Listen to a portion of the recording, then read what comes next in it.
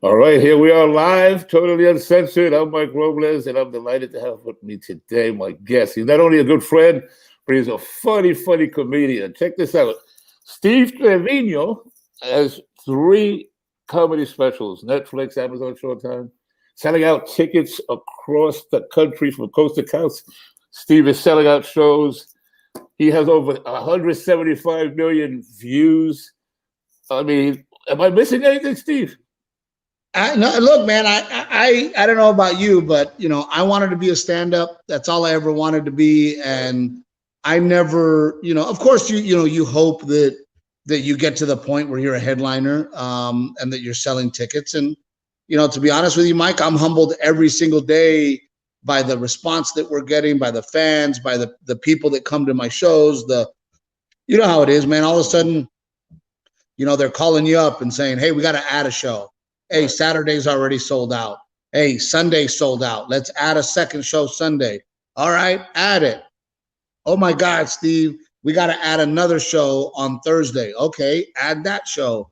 And it's just been, for me, a very humbling experience. Something that you keep grinding away as you do and as and all of a sudden, man, look, dude, I remember watching you very, very young on Que Locos and thinking to myself, I gotta get on Que Locos. Now, by the time I moved to LA, Que Locos was already kind of wrapping up. Right. But you made the Ice House famous.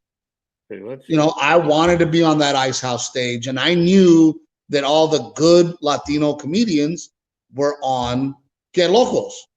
And that was a huge deal for me going. And then, and I hope I'm not embarrassing you, but for me and you to become friends, for me and you to have conversations at the clubs and even business conversations when you're calling me up going, "Hey, Treviño, what's going on in Texas? Right. You have any venues for me?" And it was just one of those things where I'm like, man, I was watching this dude on TV hoping to be him. So it's been fun. It's been exciting. And as you know, in your career, it's been a journey, man. A lot of ups, a lot of downs. And you've been doing great, man. That's why, I admire what you're doing, because I kind of like, how do I put it? Like, to me, you're like the stealth bomber of comedy. You don't see Steve Treviño coming, but he's there and he's kicking ass. You know what I'm saying? Well, it's funny you say that, because, I am very self-assuming, and I'm a very, there's no flashiness about me. I'm not, I don't show up at the club like I'm with an entourage. I don't, I want to drink beer and I drink my whiskey and do my show. And my comedy is very storytelling. I make it look very easy, so which is funny, because sometimes you have fans that come up to me and go, "Dude, after watching you, I want to do stand-up because it's easy." And I'm like, no, I just make it look easy. But man, I'm glad you say that, because I do feel that way. I feel that I don't go around with my chest out trying to smash people on stage. I just want to be on stage. Right. And see, that's a good thing, because your numbers back you up. I mean, you've got 3 specials. You're selling out tickets. Without all the flashiness, to me, you're gonna blow up in the sense of, I mean, I don't know if I'm saying this right, but there's so much more that you're gonna blow up, whether you realize it or not. I think, because you got all the goods, man. Everybody knows Steve Treviño, and I think it's only gonna go one step further with you as far as like, wow, who is this guy? When this guy's been out there for a while now. I don't know. And I take a lot of pride in the fact that, when you say no flashiness, man, Hollywood has helped me not at all. I produced every special that's on the air. I produced it out of my own pocket with my own money. All the videos, I have almost 200 million views on Facebook. That was organic. I didn't buy those views. I didn't, so it has been me and my wife and my stand-up. So essentially, I sell tickets with me and a microphone. Right. I'm not on a TV show. I'm not in movies. Comedy Central didn't decide to blow me up. Right. It's me and my stand-up, and going out and performing. And that's why I love and respect what you do, bro, because it's the grind and it's the hard work, And everybody thinks, like, if I want to make it big, right, I got to go to LA, I got to go to New York. Everything you're doing is right out of the state of Texas. Yeah, right out of my home state. Now, don't get me wrong. You know, when I went to LA, I learned very early that LA is not a place for Latinos. Mm-hmm. LA is not a place for the Mexican American, for the Cuban American, for the, you know, now don't get me wrong. If you're a Los Angeles native and you're a stand-up comedian, Mm-hmm. you have a better chance than anybody else as a Latino.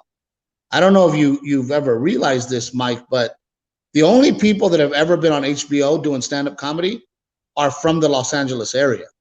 Yeah. You know, George Lopez, Mencia, Paul Rodriguez, and Felipe Esparza. They're all Los Angeles, LA area kids. Correct. You know, so if you're a Mexican American from Texas, hey man, good luck. I just wanted to know that I could compete. I wanted to know that I could walk on the same stage as Chris Rock and follow him. Right. You know, I wanted to know that I could get my name on the Comedy Store wall with the very best of the best. And once I did that, I was like, I'm out. Right. You know, I want to raise a family. I want to be a dad. I want to have a wife, and I want to have a very normal life as well. Right. So what is it that, I mean, you doing it, you were able to do it, but there's so many Texas comedians, bro, that want the same thing, but they can't get out of Texas. They just can't go to that next hump. You know what I'm saying? Like what you're doing, for example. So what is it? Are they doing something wrong? Or what is your secret? Why are you doing it? And there's a lot of funny cats in Texas, but absolutely. My secret was, and in my opinion, is that I didn't want to be an actor. I didn't want to be in commercials. I didn't want to be a writer. All I wanted to be was a stand-up comedian. And I knew that the only way to get good at this is to be on stage as much as possible.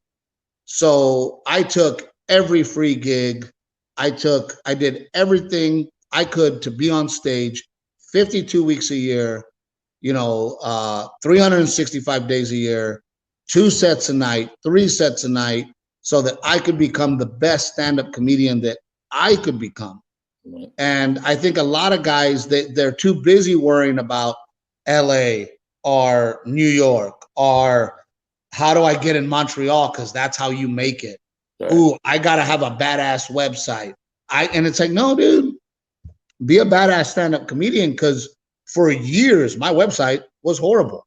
For years, my social media game was horrible. And I was just putting out clips. You know, when I ended up on Netflix, nobody was watching it. And I had to figure out a way. I go, man, it's a good special. I'm proud of it. It's funny. How do I get people to watch it? So then I just started putting out these little 3-minute clips, and it blew up. You know, and it's funny because then everybody else started to do the same thing I was doing. And then they go, man, mine's not blowing up. How come, Steve? Well, maybe you're not good. Maybe you spend too much time on your social media game.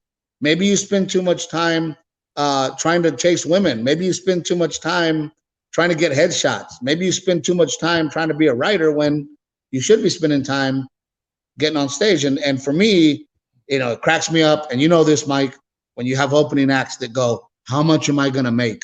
You're done. You're done. Yeah, that's it. Where am I going to sleep? Yeah. You're done. I didn't get my own hotel room. You're done. Now, do you find a lot of those who've opened up for you, like who do stupid stuff like that? All the time. Yeah. All the time where a comedian will come up to me and say, hey, Steve, I want to open for you. And then I go, okay, well, I've got this week available. Yeah, you know what? That's my sister's birthday. Yeah, exactly. And I'm like, hey, you effed up. You're done for me. You're never going to get a call from me, because I miss quinceañeras. I miss weddings. I miss funerals. I miss Christmas Eve. I miss New Year's. I mean, I was working. Yeah. I never told anybody no. You have to. Yeah. I remember when I was out in New York, man, I would get a gig on a Saturday afternoon. Come in, someone canceled at Dangerfield, right? Right. And I'm at a family barbecue, bro. And it's like 3 p.m. It's like, I got to go. I got to roll, baby. And I felt bad because, here's a whole family together and now I'm leaving. But That's about stand-up comedy. You know what I'm saying? So again, having the support of your family. I don't know if you were married at the time when you're on the road all this time, but it's very important that you have the support of your wife, right? Especially, or your partner, when you're gigging all the time. Because if you don't have that support, man, you're gonna be like, no, it's tough. And then, and that was kind of when we first started dating. I wasn't making a lot of money as a stand-up, but I basically told her, you met me, I'm on the road, this is my life.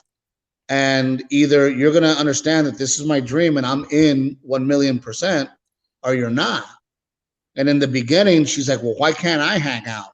And how come because they think we party, right? They think, oh, you go to the club, you hang out, you eat chicken strips in the back, you have your whiskey, no, it's a business and I got to work. And once she started seeing results and once she started seeing that, hey, this dream of mine is possible, she really got on board. And the more I made her part of my act and part of my life and part of the things on stage, now me and her have a podcast together. She runs the business side of things. Great.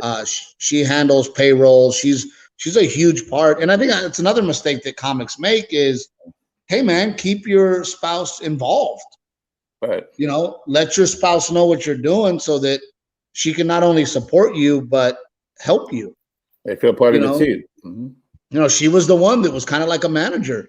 Hey, what are you doing? Cut your hair. Don't wear a hat on stage. Right. Do you have to drink on stage? Be a professional. All that came from my wife making me better. So I think the more that I included her, the more it started to feel like our dream and not just my dream. Okay. So then you would agree that, like, at the end of the day, anybody listening, that they don't have to be Texas, but you really don't have to go to New York or LA pretty much to, let's say, make it, or kind of, do what you're doing, right? You could be sitting in where Portland, Texas, where you originally from? I'm in New Braunfels, Texas right now, right. But you also have to think about this, and I mean no disrespect to Stephen Colbert or any of the late night show hosts, but okay, they get 500,000 viewers a night, right? Right. Every video I put out gets 500,000 views. So I get 500,000 eyeballs on Facebook, right, on Instagram, on TikTok. Why do I need almost every video I put out within a month breaks 1 million? Wow, that's awesome, man. So why do I need? I mean, don't get me wrong. If Jimmy Fallon called me tomorrow, I'm on Jimmy Fallon, and I would love to be on Jimmy Fallon. However, he is no longer in charge of your career. It's no longer the Johnny Carson days. It's no longer, I don't need to be on TV for people to see what I do. Right. And once I realized that, and once I said, wait a minute, and not only that, I share my life with my fans so that they know me, who I really am. I'm not a persona on stage. I'm not playing a character, like Mike Robles, for example. I remember when I met you and I was like, oh, this dude talks like that. You know what I mean? Like, you're from New York. Right. That's who you are. Yeah. But when I saw you on TV, I was like, oh, this guy's playing the New Yorker. The Latino, accent. He's playing up the New York thing. And then I meet you and it's Mike Robles. Yeah. And I just, and my opinion on that was, I'm just going to open the curtain completely on social media and introduce them to me every day. Right. And then once I did that, then it was like, oh my God, this guy's like me. This guy lives his life like me. This guy's wife and him are like us. Right. And for me, there's no celebrity BS, man. I am, I cut my own yard. I clean my own garage. You know what I mean? Right. As a matter of fact, your last special, to keep it where you're going, as far as you cut your own grass, I think you taped it from a barn house. Yeah, we found it, Yeah, but here's you said, I can hit Steve Treviño, I can hit any big theater in the country and sell it out, but I want to do it in a barn house, bro. What was the thought process behind a barn house? I will tell you, and I think that you're either going to think I'm crazy or you're going to think I'm a genius. I want to be able to celebrate my culture without making fun of my culture. I want to be very American, but yet be very proud of my Mexican culture. And and every episode that I have ever done, I have made sure to, and I think, back in the day, comedians, they would do Tex-Mex Spanish, our the Chicano style. George Lopez, for example, right? Mhm. Where some punchlines were in Spanish, English. Right. Well, I don't want to do that, right? I want my stand-up to be very just stand-up with a Mexican American flair or a Tex-Mex flair. So, Mhm. I do that through, Relatable. At the end of Relatable, my friend Roger Kreger, he sings a beautiful Texas rendition of Rancho Grande. So I love it. Mhm. at the end, he sang Rancho Grande on stage, and me and my family went out there and danced just like we would at a quinceañera. I remember that. Yeah. And then the barn for me was, hey man, I'm a country boy, right? And Mexicanos, especially, we're the original vaqueros. We're the original cowboys, right? I wanted to celebrate that. I wanted, and if you see the opening, there's mariachis out front, because mariachis are beautiful and they're sexy and it's our culture. And then in the background were the photographs of Dia de los Muertos. Mm-hmm. But I called it Till Death. So every decision I make is a decision of, how do I celebrate my culture? And how do I show America that being a Mexican American is cool, right? We're not drug dealers. We're not rapists. We're not murderers. We're not the gardener. We're not the leaf blower. We are that, but we're more than that. Right. So when I did it in that barn, it was me going, this is who I am. I'm a Texan, Mexicano, who is proud of my culture, without throwing it in your face. Right. Without going, we're different people, and being Mexican is like this, and being Latino is like this. To me, we have to evolve from that, Mike. We have to get to a point where we are treated like Americans with culture. Right. Well, hopefully, everything you're saying leads to a sitcom down the road. You see a sitcom for you down the road? I mean, that's what I'm looking at right now. It'd be perfect. Exactly the way you're describing it. It could be taped from a barn house. Look, man, I have had my opportunities to pitch, and every time I pitch, I hear it's not Mexican enough.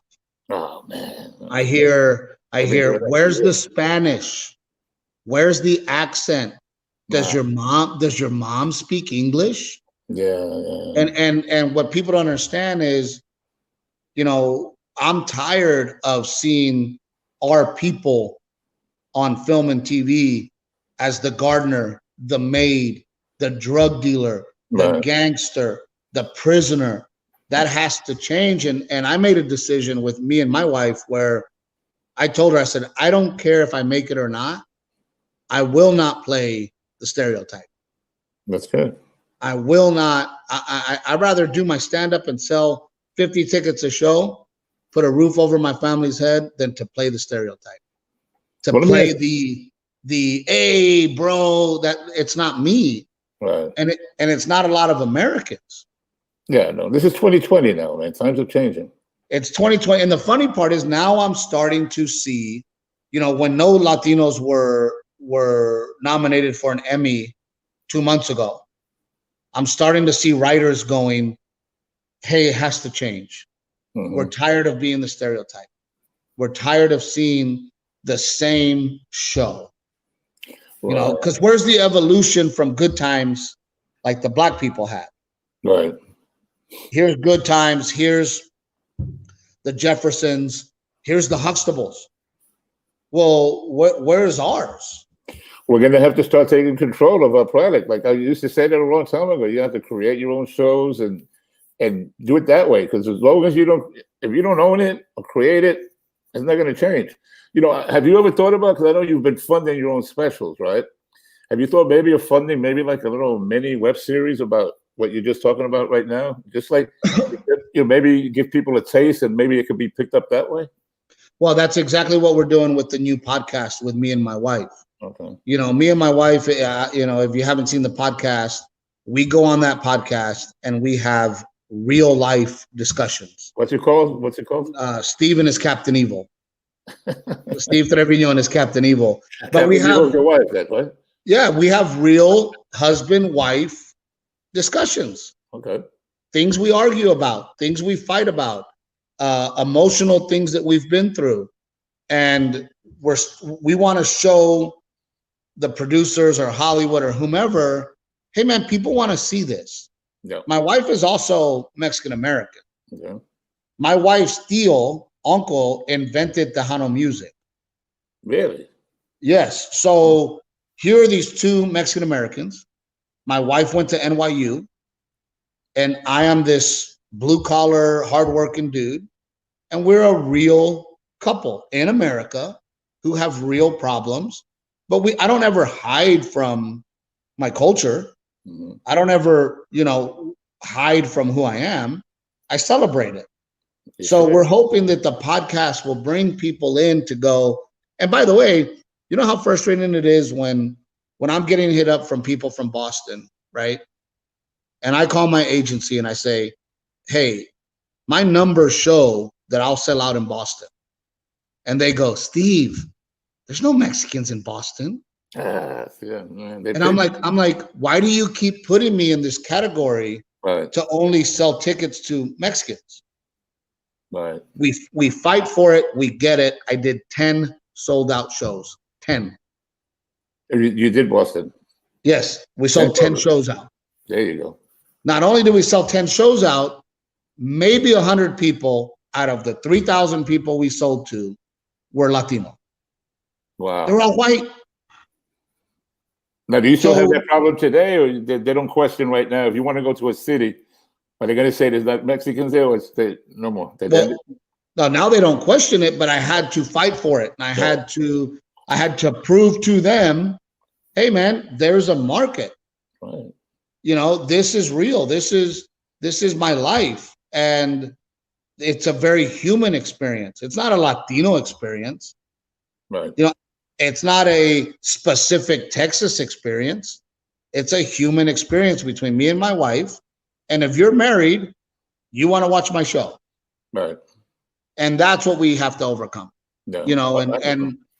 And nothing's more frustrating. I got on Bert Kreischer's podcast.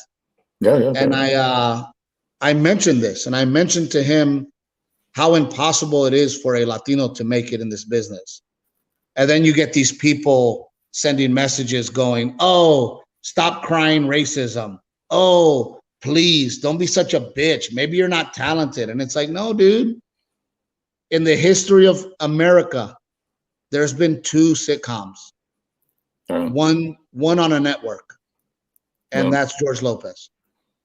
Cristela got her shot, gone.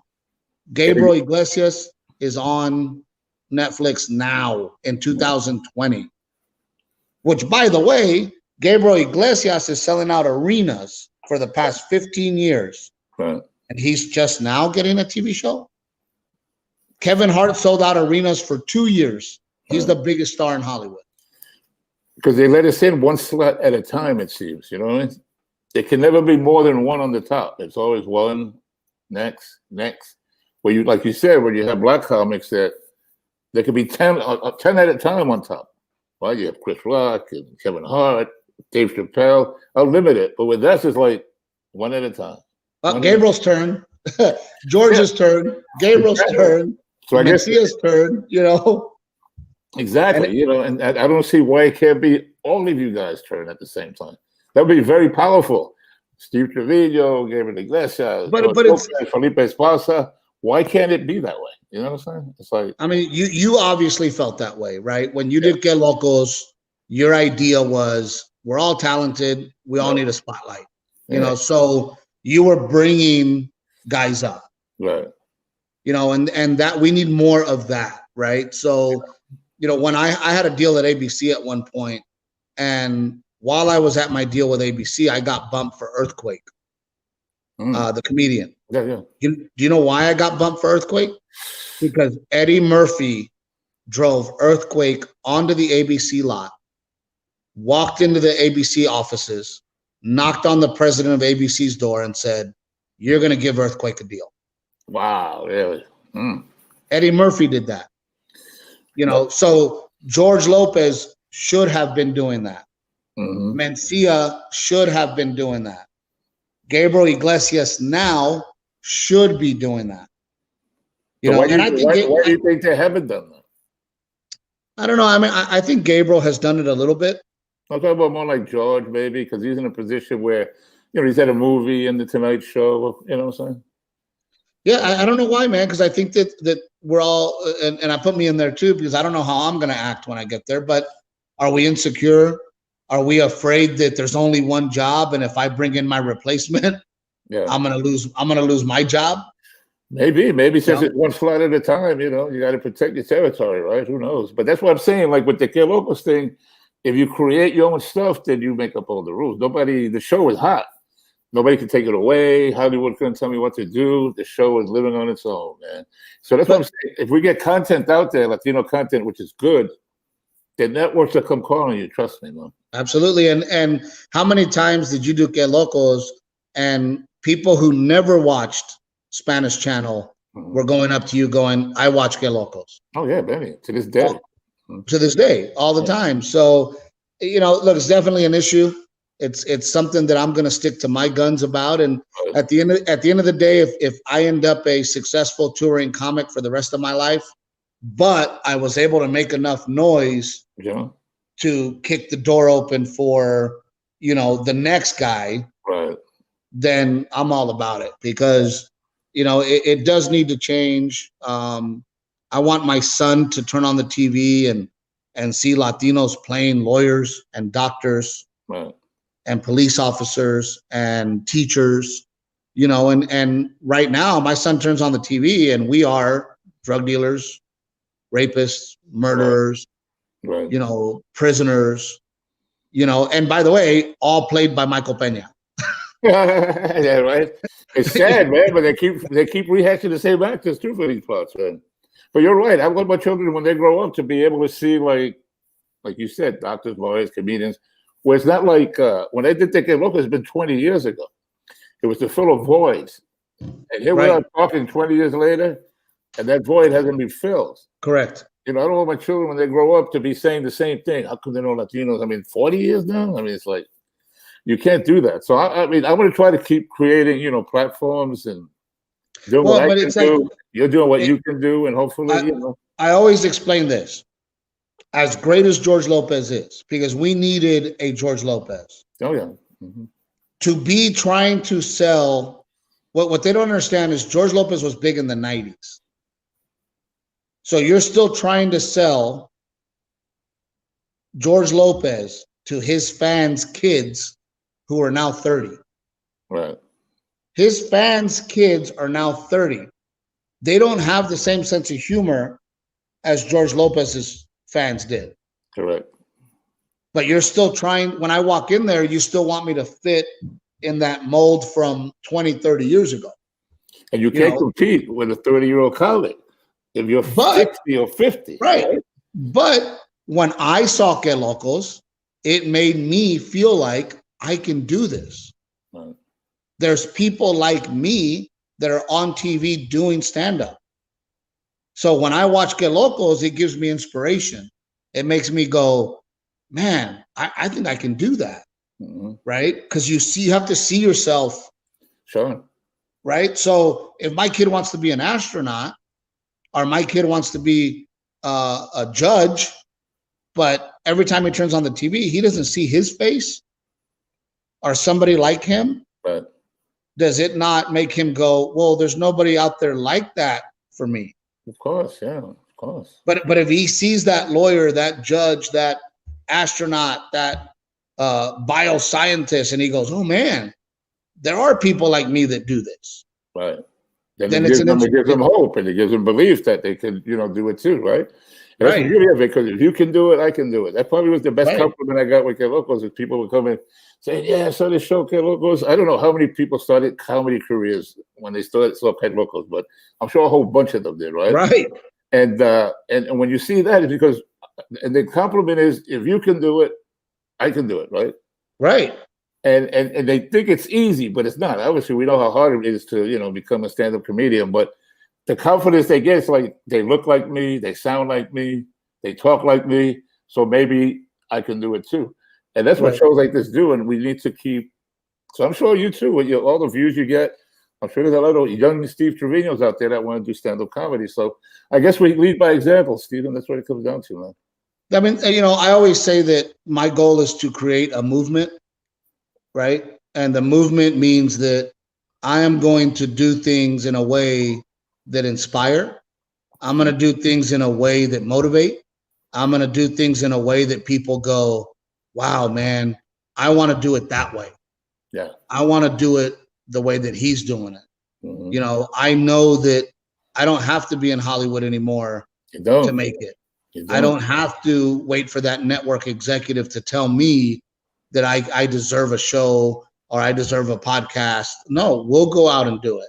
Exactly. And not to mention, and this is somewhat humble brag, I had no idea how much money there was out there to be had on a podcast or to be had on social media. Really? I mean, I pay all my bills on social media now. Wow, that's really. We'll talk about that a little bit more for people listening. Yeah, from everybody's doing a podcast now. From selling advertisers on the podcast to monetizing my YouTube, monetizing my Facebook, monetizing the Instagram, monetizing TikTok. Man, I make enough money that if I quit tomorrow, as long as that money stays the same, I don't ever have to go on the road again. Really? And I'm very close to making TV show salary. Wow. On social. So I don't need a TV show for America to see me, or the world for that matter, because I have fans that chime in from India and Singapore and Europe and Australia and Canada and Mexico, where people are going, hey, Steve, checking in from India. We love watching your podcast from Singapore. So I don't need a network television show anymore. Do I want one? Absolutely. Yeah, if it comes, you take it. But see, what I love about what you're doing is that you're not doing it the traditional way. I remember when I started out in New York, right? What was the traditional way was you get funny. Hopefully you get a manager, you get a booker, they book you on the road. The next thing you know, you're doing a Tonight Show, I become famous. Right, you blow up, right? You blow up. That's the traditional road, right? I have to get a book, I have to get a manager.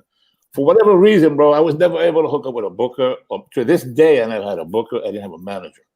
Right. So I figured, all right, like this is the way to do it, right? But let me find a different way to go around that wall.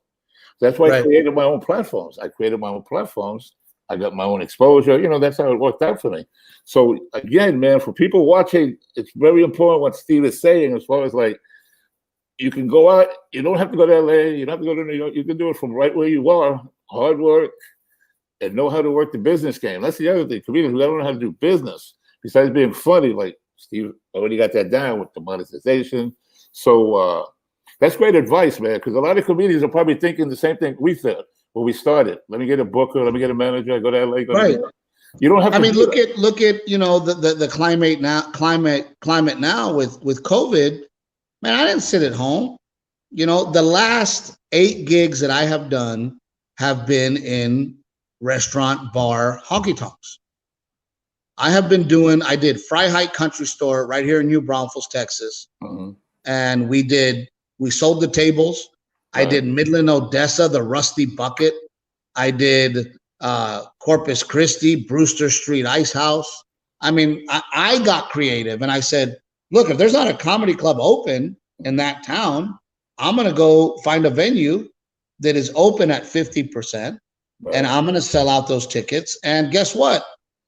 I'm at 50%. If I have to keep adding shows and do 3 shows a night, I'm going to do it. Right. So, I'm one of the only comics right now working and actually making money on the road, because I didn't sit around and go, well, I mean, Cap City and Austin closed down, so there goes that gig. And, all the other gigs that I had canceled all over the country. Well, I guess I'll sit at home. No, I was like, well, what states are open? Right. What venues are doing either country shows or Tejano shows or are restaurants / bars. I'm going to go in there and I'm going to promote it. And I'm doing San Angelo next week. And these clubs you're mentioning now, because obviously with the coronavirus changed everything. Like, so what's the scenes like? Tell me, what is it like now when you do a gig like you did last week and sold out? Is it like half capacity? Are people wearing masks? Are you wearing a mask? It's half capacity. Like? And what we're doing is we're selling the entire table. So you can buy a table of 4, 6, or 2. And all those tables are 6 feet apart from everybody. And you come in, you sit at your table with your people, and you don't stand up. They have waiters that come to you wearing masks. And then like Freiheit, I told my wife, I was lonely during the shutdown, but now it's more lonely because like this weekend, for example, I sat in my car right by the stage because it was an outdoor venue. Okay. And my road manager came, knocked on my window, and he gives me you're up. I walk on stage from my car, I perform, I get back in my car and I leave. Okay. And it's lonely, because you have the adrenaline of being on stage. You have the excitement of being on stage. And for me, I love mingling. I love doing meet and greet. Yeah. I love shaking hands. I love fans telling me, man, this is what happened between me and my husband. And oh my God, that joke that you did, I love that. So, I get in my car and I go home. Now, do you sell merchandise, or has that affected your merchandise sales? I thought it was going to affect the merchandise sales. My road manager wears a mask, and then he sells merchandise afterwards. And we're down a few bucks, but not much. But I also think that people are willing to support more. Right. People know the situation for artists like me and you, where, we have been taken out of our business. So I think people are more apt to spend that extra $25 on a t-shirt to support. So it's been crazy. But again, I told my wife, my entire career has been adapt and overcome. Okay. Hollywood's not going to let me in. I'm going to do it myself. Exactly, man. Exactly. You don't sit back and wait for Hollywood. Hollywood ain't going to come get you, man. It's been 20 years since, I put their vocals together. Right. Nothing's changed, man. You're going to have to, and there's nothing wrong with being creative and do it yourself either. It's not like, oh, how am I going to do it? Just do it. I mean, this phone right here, man, right? Well, and you, yeah, it's right there. I mean, you got a whole movie. Audio, you got a whole movie studio. Yep. It's easier today, actually, than it was back then. I mean, you gave us George Lopez. You gave us Gabriel Iglesias. You gave us Jerry Garcia. Jeff Garcia. And we haven't had a big surge since then. That's a problem. Big problem. Big problem. That's an issue. And don't get me wrong, man. I'm very proud of George, and I'm very proud of Gabriel. But like you said, we have to get out of this mentality of waiting for help. I don't wait for help. No, you gotta do it. You gotta do it yourself, man. Yeah. By the way, Cabron, didn't you called me today, hours ago? That's right. You said, hey man, you want to do my podcast? And I'm like, of course. That's it, man. Because every single opportunity that I can get to spread the message, introduce people to who I am and what I do, I'm all over it.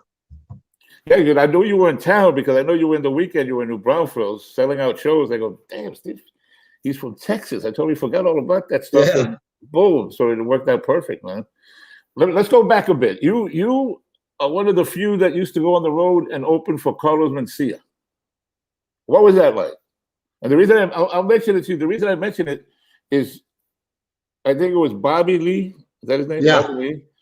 Yourself, Brad Williams, Cristela Alonso, and all 4 of you have had success. Joe Coy, all of you have. So is it that, what is Carlos Mencia feeding you, or what is it that all of you picked up that all of you went on to be successful? I find that interesting that not just one of you, but all of you went on to. Well, a couple of things. Mm-hmm. A couple of things. Well, what people don't understand about Mencia is that he's extremely intelligent. Yeah. Carlos Mencia could have gone to MIT and had a scholarship to go to MIT. Right. The man is a very intelligent human being. Instead, he chose to use his smarts and his ability to figure things out in the comedy world. Right. Another thing that people don't know about Mencia is, does he steal? Yes. However, I used to get very mad because he would do 45 minutes of original shit. Right. And I'm like, you don't need to steal. You wrote 45 minutes of your own stuff, and it's great. So in the beginning, when I started working with Mencia, again, he was a guy that I saw on Def Comedy Jam.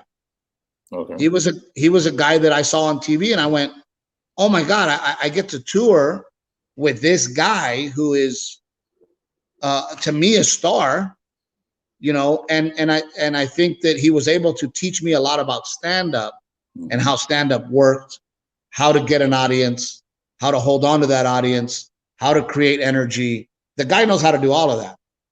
But at the same time, he puts you through hell. Oh, yeah. It's like a boot camp. But like, for example? For example, not only was I selling merch for him after the shows, I would have to carry that merch to the venue.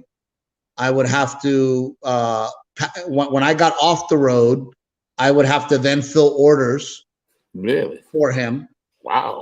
For no money. I mean, the guy pays you nothing. Really? And then the guy wants you around all the time. When I moved to LA, hey, come to my house on Monday. Hang out with me on Monday. Hey, I need you to fill orders. I need you to do this. I need you to do that. And he pays you nothing. Wow. And it was, hey, you got to go to radio. Even though you're not on radio, you got to go to radio.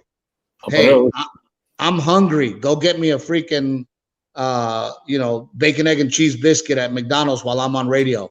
Wow. And I'm hauling ass. And how long did this last? I toured with him for 4 years. So you did this for 4 years?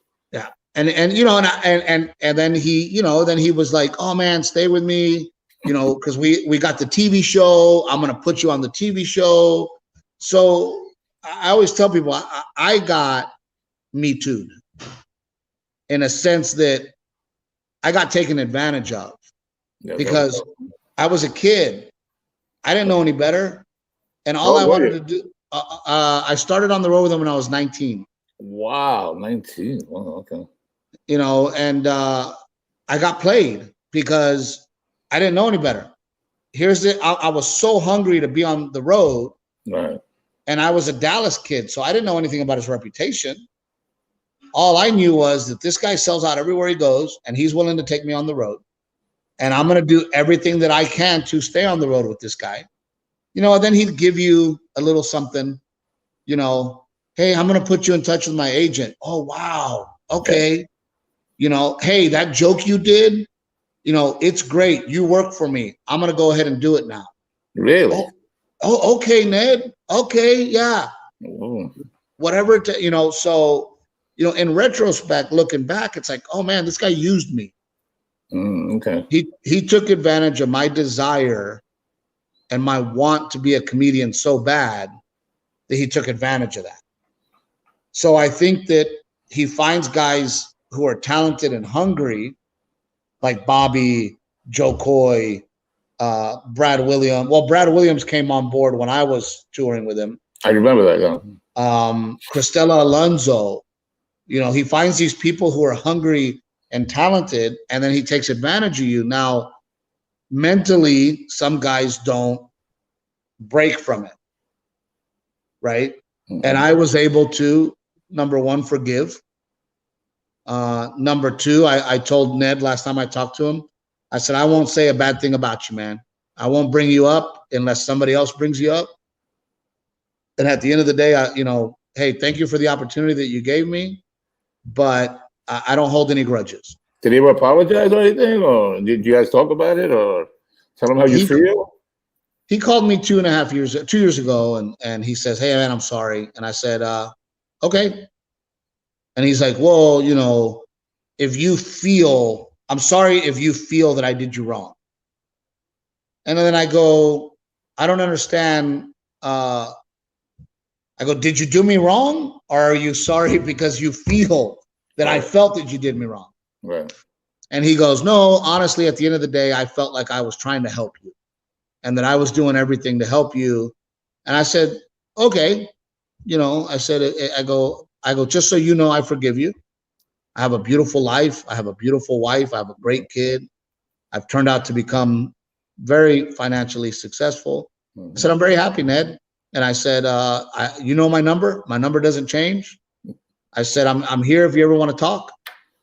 And we'll leave it like that, That's because you keep calling him Ned.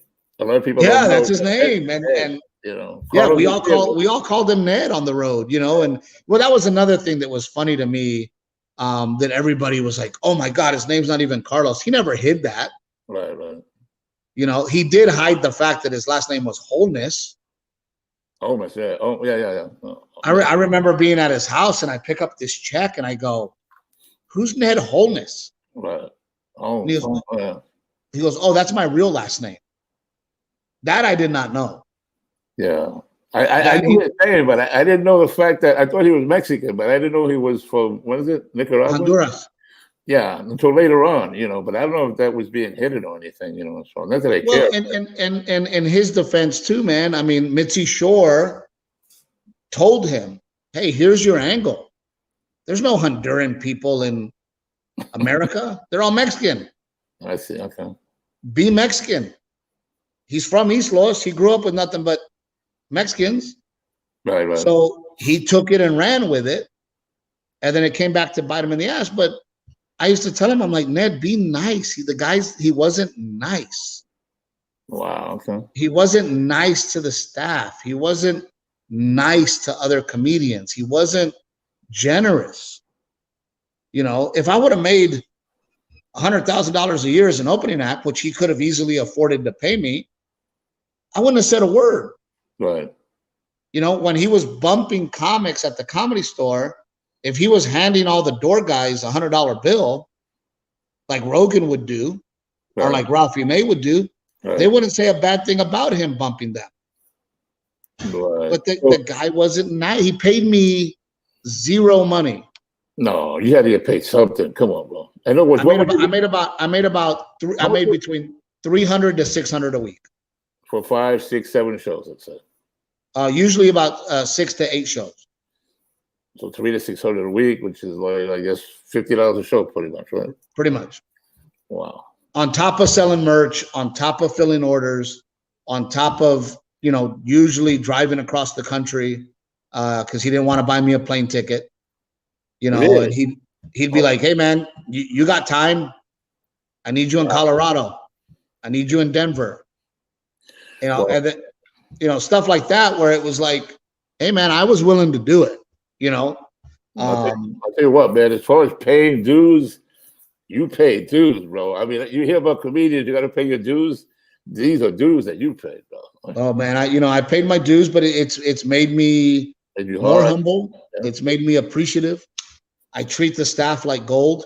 There you go. I pick the same waitress every night in the green room, and we make sure that she gets $40 a night. There you go. And we ask her for nothing. My road manager gets all the drinks I want, the food I want. We ask her for nothing. And then at the end of the week, I usually take $500 and I play a game with the staff. And one staff member, including the kitchen, will walk out of there with $500. Oh, really? What game do you play? I do a game with it's a 50-50 game with a quarter.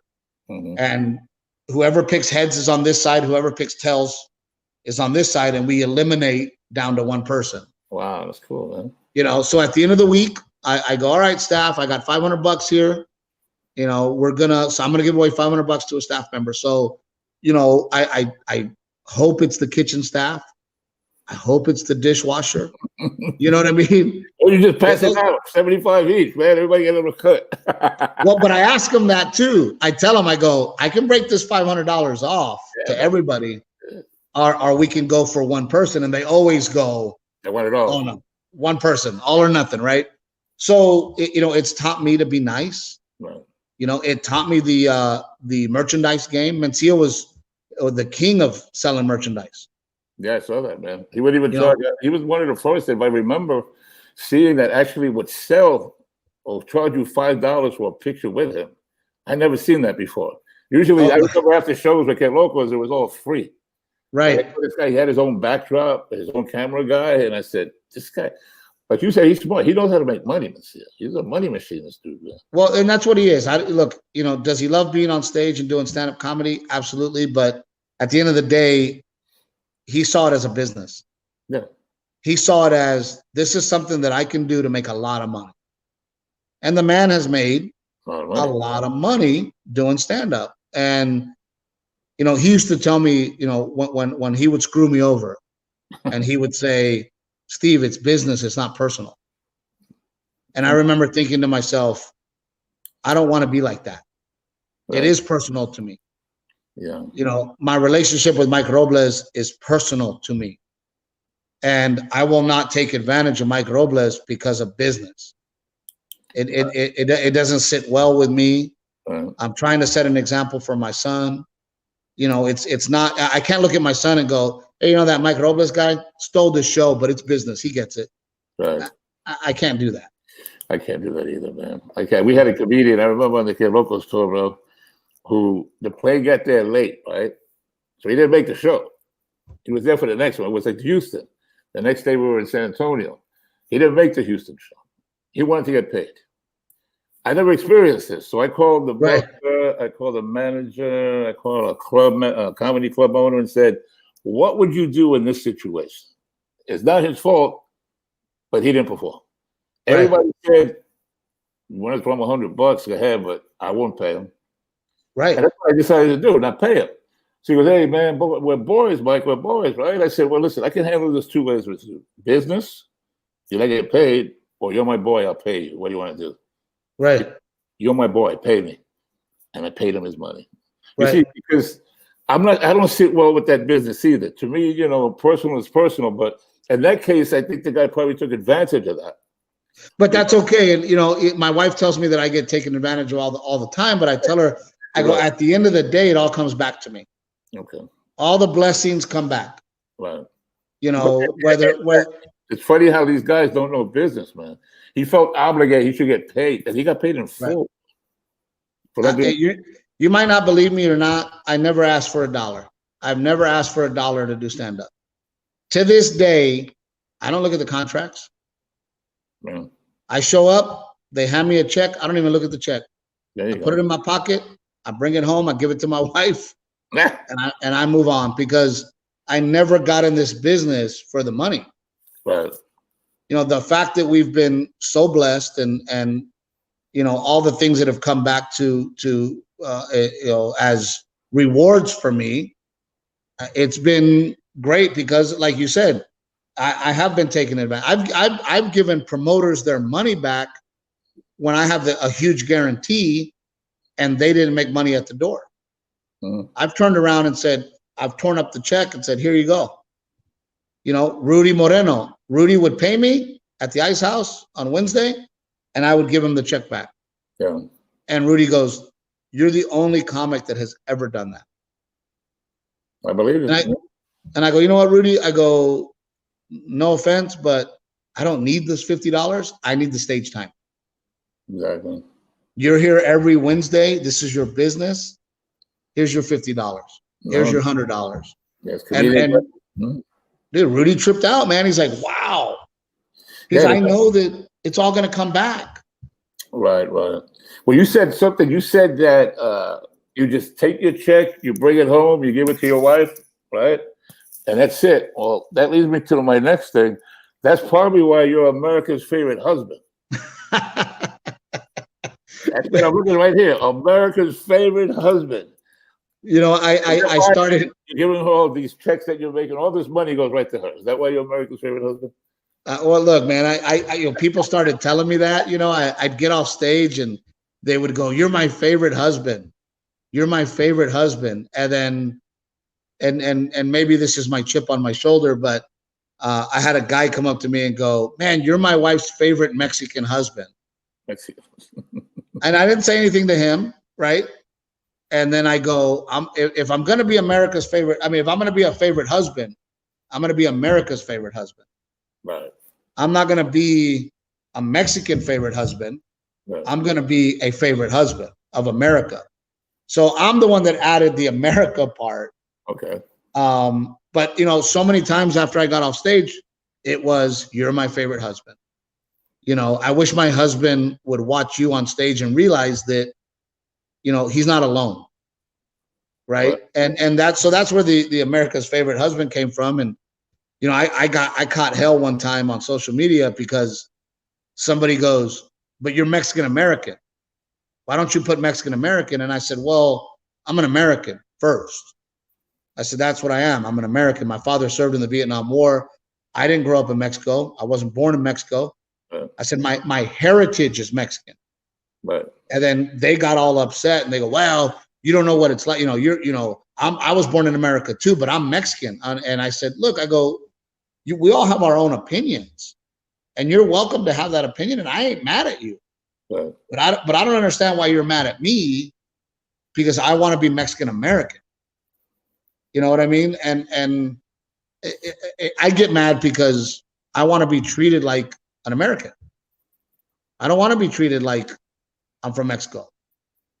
Or when they come up to me and they go, congratulations on the Oscar. And I'm like, what are you talking about? Well, that the Mexican director got 15 nominations. I go, he's from Mexico. Right. That's not my win. Right. I hear where you're coming from. I mean, you're born here, your father served in the war, you're American, that's what you are. With a Mexican heritage. I mean, I get it, but these people like to group people and label people like, it's like it doesn't make sense. But again, and they don't realize that there's the bald eagle, right? There you go. There's the Texas flag, There you go. and there's the Mexican flag. Those are all the things that make me. Now, do you show them that when you're on stage? In case you just show them that, you show them that tat right there. What do you do? I don't need to. I know. I know. You know what I mean? But it's one of those things where it's like, hey, man, I want to be America's favorite husband. And you are, because over here now you said a lot of women say that I wish my husband was like you and that. Now, here's another thing: is it because you speak, according to you, you speak wife fluently? I do. Yes, because what is speaking wife fluently? What do you mean by that? I understand what my wife is saying Yeah. because she speaks in wife. Yeah. I tell people all the time, like, you have to learn to speak wife. Like today is a perfect example. My wife is almost 7 months pregnant. Hey, We're supposed to run errands today.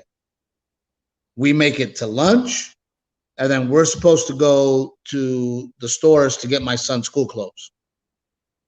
After lunch, my wife goes, I would totally be okay if you and Garrett, if you want to go back to the house and relax a little bit. That's how wives speak. But when you speak wife, you translate it and go, oh, she wants to go home. Instead of her saying, take me home, I want to rest. Right. I would totally be okay if you wanted to go home. Oh, man. Right? So that's what I always say, right? And you understand this language then, right? It's as simple as, are you going to wear that tonight? No, I'm not. Instead of her saying like a regular person, don't wear that shirt, go get another one. Right. You have to speak wife. Instead, she says, that's what you're going to wear? Oh, man. The guy that doesn't speak wife will be like, yeah, this is what I'm going to wear. Right. No, dummy, change shirts. So that's where the I speak wife from. And I look, man, I complain on stage about my wife, but at the end of the day, the audience knows I'm madly in love with my wife. They know that I'll do anything for my wife, that I put up with all of this bullshit because I love my wife. And I think that's what's appealing about the show. That's beautiful. Yeah. And including the fact that I heard she crashed her Silverado or something. Oh, brah, she wrecked the truck. The woman spends all my money. But you still love her, right? You still love her. I love her with everything I got, man. Wow. But she's made me a better man. She's made me accountable. She has high expectations for me. Mhm. It wears me out, but because of those high expectations, in my act right now, I go, our biggest issue is that I love her Really? because she knows I love her. So then she takes advantage of me. Mm. She asks for things that she wants. And because I love her, I break my back to give them to her. And what I'm trying to say, ladies, is maybe sometimes don't ask. Maybe you love him enough to shut up. Yeah, I don't know about that one, Steve. Shut up. That's why it's funny, right? But you have all And these women who say, like, I wish my husband was like that more, and so on. You have guys coming up to you saying, "Hey, man, nah, it didn't work that way like that." It's like they look at you almost like, "No, you're crazy. Well, I mean, I don't, most men, I don't believe what you're saying. You're saying it only to score points." most men come up to me and go, "Dude, I live the same life, Yeah. right? My wife wears me out, right?" Every once in a while, and me and my wife were laughing about this. Every once in a while, you get these machismos, right? That are like, "Hey, bro, I don't put up with that. I wear the pants. I make the money. I run the house." And I'm like, who are these savages from 1950? Like, you know what I mean? Like, who are you? Right, Do you right, let her vote? right, Is she allowed to? Is she allowed to pick what she wants to eat? Like, are you out of your mind? right. My wife contributes. My wife runs the other half of our business. Yeah, my wife has a say. Yes, I want to make my wife happy, and my wife should want to make me happy. Right. And what you, by the way, the podcast, we get a lot of, oh my God, this is therapy. Oh my God, watching you guys makes us feel normal. you know, Yeah. What's that, everybody again? The podcast where people want to tune in? Steve Treviño and his Captain Evil. I saw a couple of clips from that, man. It's Yeah, I know it's great therapy, man, because there's a lot of couples out there probably going through what you're going through. The fact that you're able to discuss it right away is a help, because you can talk it out, well, and we discuss it in a very real way. What's We been the don't, biggest issue you've spoken so far on the podcast to you? man. The biggest issue on the, Most serious issue, you think? we had a miscarriage last year, Ooh, sorry. Yeah. and as you know, that's one of the hardest things a couple can go through. Not only was it a miscarriage, it was a miscarriage after several months of already being pregnant. Wow. And we decided that we would talk about it on the podcast, and the amount of love and the amount of messages that we got of people just saying, thank you for talking about it. Thank you for opening up. And especially a lot of women saying, I watch your podcast with my husband. We went through it. And because you were able to talk about it, we now talked about it finally. Okay. And my husband has a hard time showing emotion. My husband never talked about it until we saw it on the podcast. So, we didn't know if we wanted to talk about it, how we wanted to talk about it, but we decided that it was a big part of our life, and we talked about it. And just the overwhelming response that we got was just really beautiful, to be honest with you. And it made me feel better. And I tell people all the time, they go, Steve, you're helping us. And I go, yeah, but you guys are helping us. There you go. You guys, us being able to do what we're doing. You guys, sending us, me and my wife, we sit up at night in bed and we read every message. Oh, okay. And sometimes there's 1,100 of them, and we read every message. And it just, some of them are people going, hey man, this is the most real stuff. You changed our life, or we watched this together. And it's just been a really cool experience to feel like we went at it and said, we're going to be real, and it's not going to be funny all the time. And we hope it works. And it is, it's working. It is, man. I'll tell you what, then, man, you can tell, man, a lot of blessings are coming your way. Success is there, and I couldn't be happier for you, Steve, man, because Mike, you deserve every bit of success and all the blessings you're getting, man, because you're a humble dude. There's not many of you dudes. I think I love, but I bumped into many comedians with many egos, and it's refreshing when I bump into some guy like you, who you're funny, you're successful, but you don't have that ego thing going, which is to me, very humbling for me, man. It's like, So I thank you, but I also think that my experiences and the things that I went through led me to here. Mhm. All like you said, I paid my dues. I've had nothing, and now I have everything. So you learn to appreciate it. You learn to keep your feet on the ground. And like I said, my wife and I live in a very normal neighborhood. We lead a very normal life. And I also told my wife that if I don't live that normal life, you lose touch. You lose grasp with what people are dealing with every day. I mean, I'm at Home Depot 4 or 5 times a day, working on my home or painting or doing something myself because I enjoy it. And I'm a very regular guy. That's You know, beautiful. and I learned too, Mike, and I don't know how you felt, but LA just wasn't for me. LA was just too fake, and I wish that I had gone to New York to start my comedy career because I feel like the cats in New York are way more real, and it's more honest, and it's more gritty, and it's more down to earth, even though it's the biggest city in the world. But you Yeah. go to, I went to LA, and I didn't see eye to eye. I didn't get along with any of the comedians. Yeah. We had nothing in common. Yeah. I noticed that, from New York, you have more clicks out there in, LA, and it's more tighter, either you're in, you're out, and it's like to get from one gig to another, in LA, maybe be able to do 2 a night driving, where in New York, man, you jump in a cab, you can do 6, 7 sets a night. Right. New York City, and New York is New York, man. There's no city like it, man. But you're doing good right from Texas, bro. So I'm happy, man. And Mike, don't be a stranger, dude. I miss you. right. And I want to thank you for what you have done, and the opportunities that you have given to people like Gabriel Iglesias and George Lopez and Jeff Garcia. And I hope that these guys every once in a while drop you a text because you're a big part of their career. And I just hope they appreciate you, man, because I do. I appreciate that. And for the record, you didn't do Get Locals, but you did do Local Comedy Jam back in 2002, bro, at LA Studios, and I remember. you crushed it then, just like you're crushing it now. So I was able to get you on the show. Yep. But it was right after Get Local Comedy Jam. So thanks for doing That's that. right. So tell everybody where they can find you.